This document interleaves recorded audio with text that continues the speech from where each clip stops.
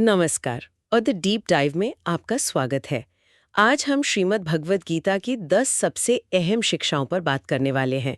हमारे पास कुछ सोर्सेज हैं जो इन शिक्षाओं को लिस्ट करते हैं और ये वो बातें हैं जो हजारों सालों से लोगों को रास्ता दिखाती आई हैं। बिल्कुल। लेकिन देखिए, हमारा मकसद यहाँ कोई बहुत गहरी फिलॉसफी में खो जाना नहीं है। हम बस ये देखना चाहते हैं कि ये बातें आज की हमारी भागदौड़ भरी कॉम्प्लेक्स जिंदगी में कहाँ फिट बैठती हैं। सही कहा, ये कोई एकेडमिक चर्चा नहीं है, इसे एक प्रैक्टिकल गाइड की तरह सोचना चाहिए। गीता की खूबसूरती ही यही है कि सिर्फ ऊंची ऊंची बातें नहीं करती, बल्कि जीवन जीने का एक खाका देती है। तो ये 10 बिंदु उस खाके को समझने का एक दरवाजा है। बिल्कुल, एक बेहतरीन शुरुआती दरवाजा। तो चलिए इस सफर की शुरुआत करते हैं, पहले और शायद सबसे मशहूर सिद्धांत से। कर्म करो, फल की चिंता मत करो। हाँ, कर्मण्येवाधिकारस्ते मा फलेषु कथार्चन सुनने में बहुत अच्छा लगता है पर क्या ये प्रैक्टिकल है? मतलब हम सब किसी न किसी नतीजे के लिए ही तो काम करते हैं ना। बिल्कुल। चाहे वो प्रमोशन हो, अच्छी सेहत हो या बस एक शाबाशी। तो फिर नतीजे से खुद को अलग कैसे करें? ये सवाल ही सबसे जरूरी है। देखिए, इसका मतलब ये नहीं है कि आप नतीजे की परवाह करना छोड़ दें या आप लापरवाह हो जाएं। अच्छा। इसका असली मतलब है नतीजे के साथ जो एक बेचैनी और एक डर जुड़ा होता है, उससे आजादी पाना। इसे आज की भाषा में समझें तो ये फ्लो स्टेट पाने का एक प्राचीन सूत्र है। फ्लो स्टेट, दिलचस्प। हाँ, जब आप नतीजे के बोझ से मुक्त होकर सिर्फ काम पर ध्यान देते हैं तो आप अपना बेस्ट परफॉर्मेंस देते हैं। सोचिए, एक सर्जन ऑपरेशन करते समय ये नहीं सोचता कि मरीज बचेगा या नहीं। वो सिर्फ अपने काम पर फोकस करता है। बिल्कुल, वो सिर्फ अपना काम 100% सटीकता से करने पर ध्यान देता है। नतीजा उसी प्रक्रिया का एक बाय प्रोडक्ट है। अच्छा, तो ये एक तरह का माइंडसेट हैक है बेहतर फोकस और परफॉर्मेंस के लिए। चिंता को हटाकर सारा ध्यान प्रोसेस पर लगाना। एकदम सही। लेकिन सवाल ये उठता है कि कौन सा कर्म करें, हमारी जिम्मेदारियां क्या हैं? और यहीं पर शायद धर्म का कॉन्सेप्ट आता है जो हमारे सोर्सेस का एक और अहम बिंदु है। हाँ, कर्तव्य से पलायन अधर्म है। और इसी से 10वां बिंदु भी जुड़ा है ना? धर्म की रक्षा से ही जीवन का कल्याण है। बिल्कुल, इन दोनों को एक साथ समझना होगा।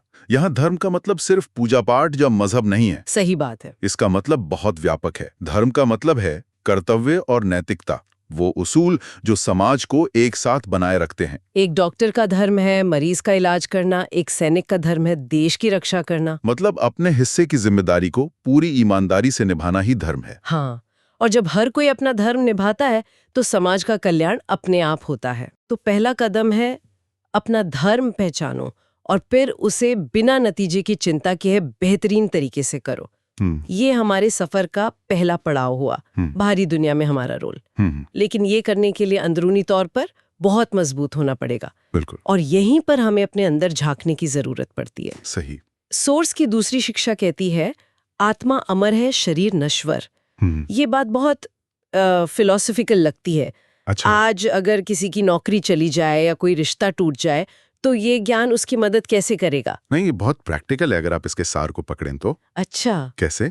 ये शिक्षा हमें अपनी पहचान को हमारी बाहरी उपलब्धियों, हमारे बाहरी टैग से अलग करना सिखाती है।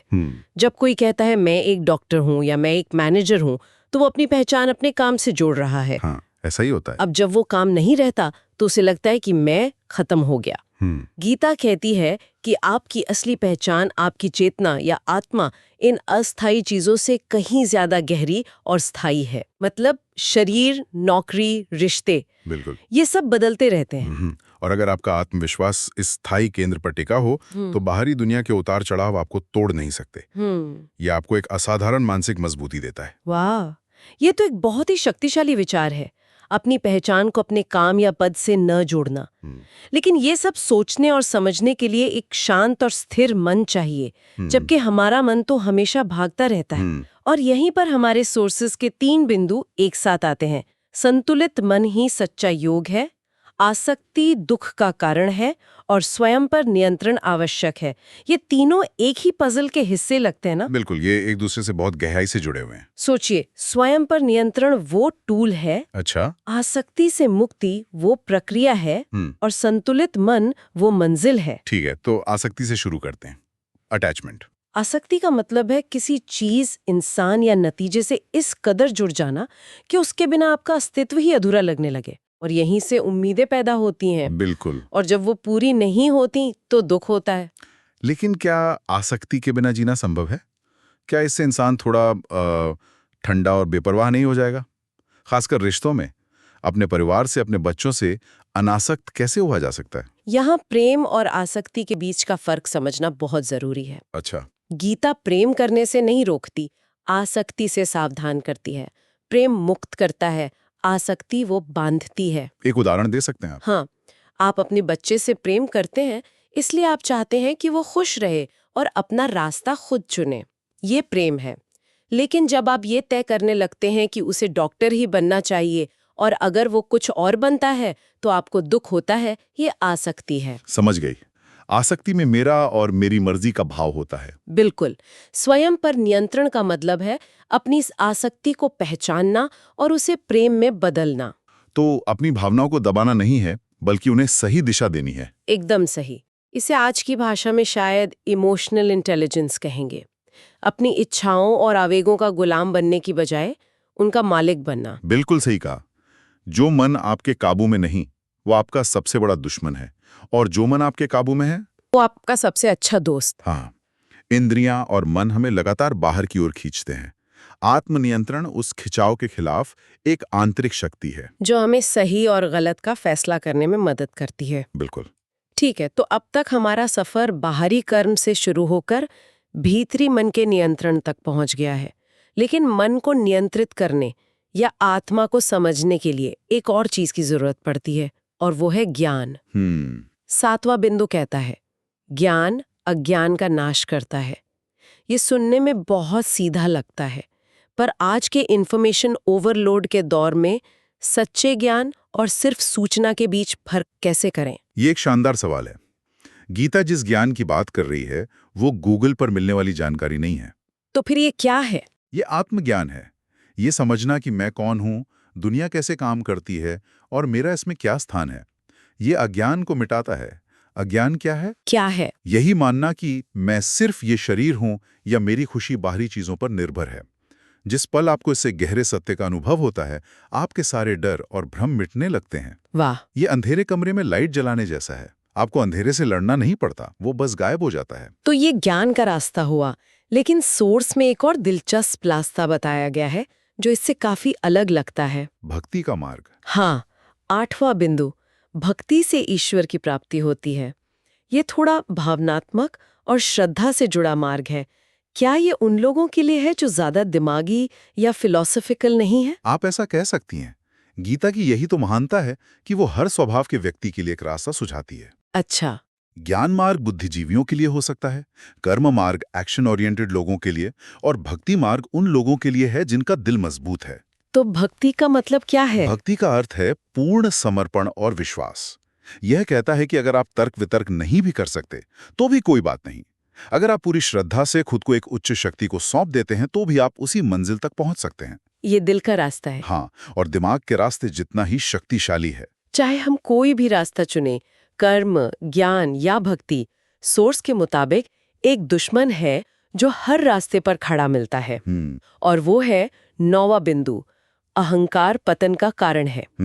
मैंने हमेशा सोचा है कि थोड़ा बहुत अहंकार तो आत्मविश्वास और महत्वाकांक्षा के लिए जरूरी होता है। गीता किस तरह के अहंकार की बात कर रही है? गीता उस अहंकार की बात कर रही है जो मैं और मेरा के भाव से पैदा होता है। सिर्फ घमंड नहीं। नहीं, ये सिर्फ घमंड नहीं है। ये अपनी पहचान को अपनी उपलब्धियों से चिपका लेना है। जब कोई सफल उद्यमी ये मानने लगता है कि ये कंपनी मेरी वजह से ही चल रही है, मैं ही सब कुछ हूं, तो वो अहंकार है। और ये भाव उसे अंधा बना देता है। बिल्कुल। वो अपनी टीम की सलाह को, बाजार के बदलते संकेतों को नजरअंदाज करने लगता है, और यहीं से उसके पतन की शुरुआत होती है। सही। अहंकार हमें ये महसूस कराता है कि हम कर्ता हैं, जबकि विनम्रता हमें ये याद दिलाती है कि हम एक बड़ी योजना का सिर्फ एक माध्यम है। वाह, ये परिभाषा तो अहंकार को बिल्कुल नए तरीके से देखने पर मजबूर करती है। ये केवल घमंड नहीं, बल्कि अपनी असली पहचान भूलकर एक झूठी पहचान से जुड़ जाना है। एकदम। और आप देखिए, यही अहंकार हमें अपने धर्म से भटकाता है। हमारे मन का संतुलन बिगाड़ता है और हमें कर्म के फल से बांध देता है। तो मतलब ये सारी शिक्षाएं आखिर में एक दूसरे से जुड़ जाती हैं। हाँ, बिल्कुल। तो अगर हम इस पूरे सफर को संक्षेप में देखें, हमें अपना धर्म यानी कर्तव्य पहचान कर फल की चिंता किए बिना कर्म करना है। ऐसा करने के लिए हमें ये समझना होगा कि हमारी असली पहचान हमारे शरीर या पद से परे है। सही। इस समझ को पाने और बनाए रखने के लिए हमें अपने मन और इंद्रियों को आसक्ति से मुक्त कर नियंत्रित करना होगा। बिल्कुल। और इस मंजिल तक पहुंचने के लिए हमारे पास ज्ञान, भक्ति जैसे कई रास्ते हैं। लेकिन इन सभी रास्तों की सबसे बड़ी बाधा अहंकार है। हाँ। आपने इसे एकदम सही ढंग से पिरोया है। ये 10 अलग-अलग नियम नहीं है, बल्कि एक संपूर्ण और संतुलित जीवन जीने के एक ही दर्शन के अलग-अलग पहलू हैं। सब एक दूसरे से जुड़े हैं। हाँ, आत्मनियंत्रण के बिना निष्काम कर्म संभव नहीं, ज्ञान के बिना अहंकार नहीं मिटता और धर्म के पालन के बिना समाज में संतुलन नहीं रह सकता। ये वाकई एक संपूर्ण जीवन दर्शन है। तो जाते जाते श्रोताओं के लिए एक विचार छोड़ते हैं। सोर्सेज में इन 10 शिक्षाओं को अलग अलग बताया गया है, लेकिन जैसा कि हमने देखा ये सभी एक दूसरे से गहराई से जुड़ी हैं। बिल्कुल। तो सोचने वाली बात यह है कि क्या इन सभी के मूल में कोई एक केंद्रीय विचार है? अगर आपको इन सब को एक शब्द में समेटना हो तो वो क्या होगा? आत्मनियंत्रण, अनासक्ति या वास्तविकता को समझना या फिर कुछ और?